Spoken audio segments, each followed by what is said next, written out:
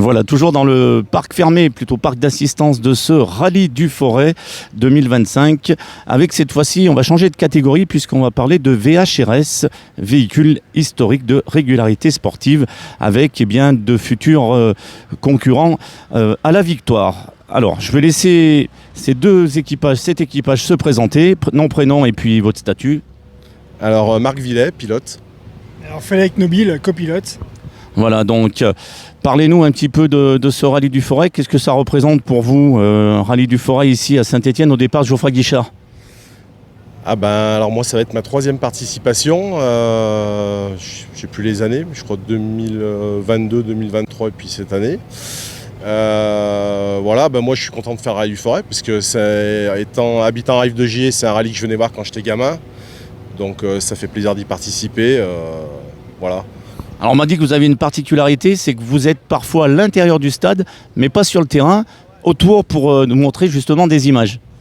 Oui, exactement. En fait, je suis caméraman, donc je couvre les matchs de foot de Ligue 1 et puis cette année, ça sera la Ligue 2 aussi. Donc oui, je suis autour du terrain pour filmer les matchs, notamment souvent en bas du COP Nord. Je fais la caméra ralentie qui est derrière le but. Alors justement, la question que tout le monde se pose, est-ce que vous entendez l'ambiance? Ah ouais, j'ai cadré sur tous les stades de Ligue 1 de France.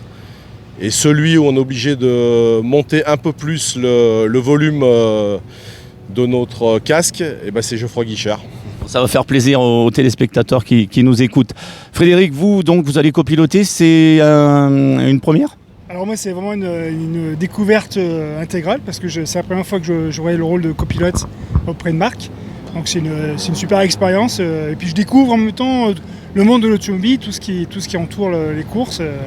Et puis la course en elle-même tout à l'heure. Alors justement, Marc, on revient aux sportifs.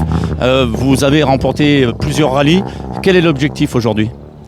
On va essayer de se faire plaisir parce que ce que Fred n'a pas dit, c'est qu'en fait, il est retraité lundi officiellement. Jeune retraité. Donc je lui ai dit, écoute, mon cadeau de départ à la retraite, tu vas faire le rallye avec moi. Donc voilà. C'est un beau cadeau, hein. Donc il a eu une formation accélérée à la régularité, aux règles du rallye, et on va surtout essayer de passer une bonne journée, que ça se passe bien, et puis on ne regardera pas les temps et le classement.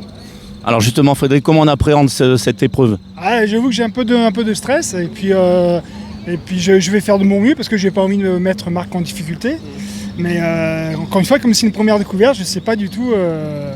je sais à peu près comment ça va se passer, mais voilà. Mon objectif, c'est de faire au mieux. De l'accompagner du mieux possible. Et votre regard, vous, sur l'automobile et sur le rallye en général?